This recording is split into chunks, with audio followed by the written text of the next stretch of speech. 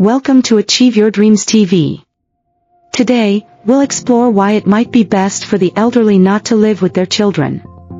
This decision can often result in a happier life for everyone involved.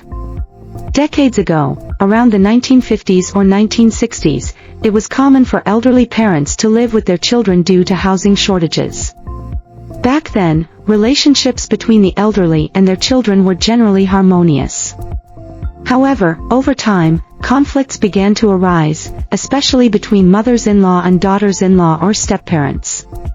These delicate relationships sometimes led to quarrels and, in severe cases, even physical altercations. You might wonder why, despite better living conditions and larger houses today, living together has led to more unhappy situations. The reality is that parents often don't want to meddle in their children's lives, and children prefer to live independently as couples. The story of Sister Wong. Let's delve into the story of Sister Wong. At 58 years old, Sister Wong was abandoned by her son and daughter-in-law after suffering a stroke. Despite this, they still expected her husband to come to the city to look after their child. Sister Wong and her husband, Brother Lee, felt helpless about their son and daughter-in-law's behavior. Their son had always been pampered excessively, being the only male heir in the family. He married a girl from a neighboring village, but after the marriage, he became a hand-picked husband, always obeying his wife's words. Shortly after the marriage, the daughter-in-law complained about the small house and demanded that Sister Wong and her husband move out. Sister Wong, although somewhat prepared, didn't expect the demand to come so quickly.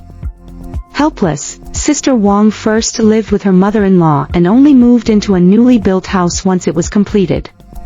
Just as they settled into their new home, the daughter-in-law started making more demands.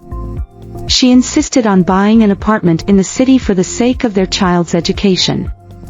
Despite the financial strain, Sister Wong and her husband borrowed money to buy the apartment. Once the apartment was bought, the son and his family moved in, but soon, the daughter-in-law insisted that Sister Wong move to the city to look after the child. Sister Wong reluctantly complied, trying to avoid making things difficult for her son. However, over time, the daughter-in-law began to criticize Sister Wong's cleaning and cooking, leading to conflicts. Eventually, Sister Wong couldn't take it anymore and returned to her rural home. The daughter-in-law threatened divorce, forcing Sister Wong to return to the city to care for her grandchild. Years later, after suffering a stroke, Sister Wong finally returned to her rural home, finding mental relief despite her illness. Reasons for separation.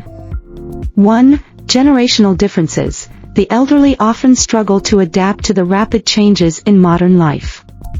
Differences in lifestyle, such as eating habits, clothing, shelter, and communication, can create friction when living together. 2. Family dynamics. Relationships between mothers-in-law and daughters-in-law can be particularly challenging. Conflicts are almost inevitable when living under the same roof. 3. Self-sufficiency. Elderly parents often find peace in living independently, without feeling like a burden to their children. The story of Grandpa Fu. Grandpa Fu, at 75, has 4 children. He once thought having many children would ensure he was well cared for in his old age. However, after his wife passed away and his health deteriorated, he found his children unreliable. His daughters-in-law disliked him, and his sons didn't want to take him in. Even his daughter, who was more filial, had a husband who treated Grandpa Fu poorly due to the high bride price he had demanded. Ultimately, Grandpa Fu chose to live alone, finding peace in self-reliance. Don't always satisfy your children. Some parents try to satisfy their children's every whim, but this can lead to ungrateful and irresponsible behavior. It's essential to teach children to be self-sufficient and appreciative of their parents' hard work. Only then will they likely be filial and responsible in the future. Treat all children fairly. Parents should strive to treat all their children equally, teaching them to be grateful and filial. Fair treatment ensures a better old age, free from favoritism and resentment. Should parents share their savings with their children? There are differing opinions on whether parents should disclose their savings to their children. Some argue that it's necessary to prevent the elderly from being deceived, while others believe it can lead to constant demands for money from the children. Aunt Zhang's story. Aunt Zhang, 70, gave all her savings to her children, hoping they would care for her in her old age. However, when she needed medical help, her children were too busy to assist her financially or physically. This experience taught Aunt Zhang a harsh reality. Giving all her savings to her children left her vulnerable and unsupported. The impact of savings distribution. 1. Family relationships. Proper distribution of savings can maintain harmony within the family, while improper distribution can lead to conflicts and resentment.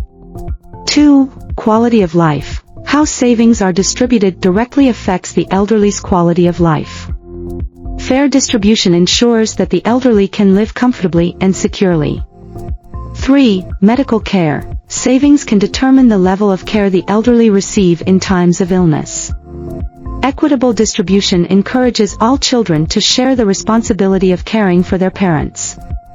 How should elderly people distribute their savings? 1. Adopt new views. Traditional beliefs about relying solely on sons for old age support are outdated.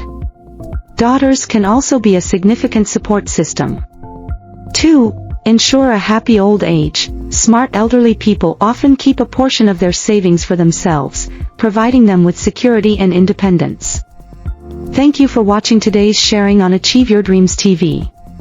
I hope this discussion has been informative and insightful. Remember to treat your elderly loved ones with care and respect. Until next time, take care and keep achieving your dreams.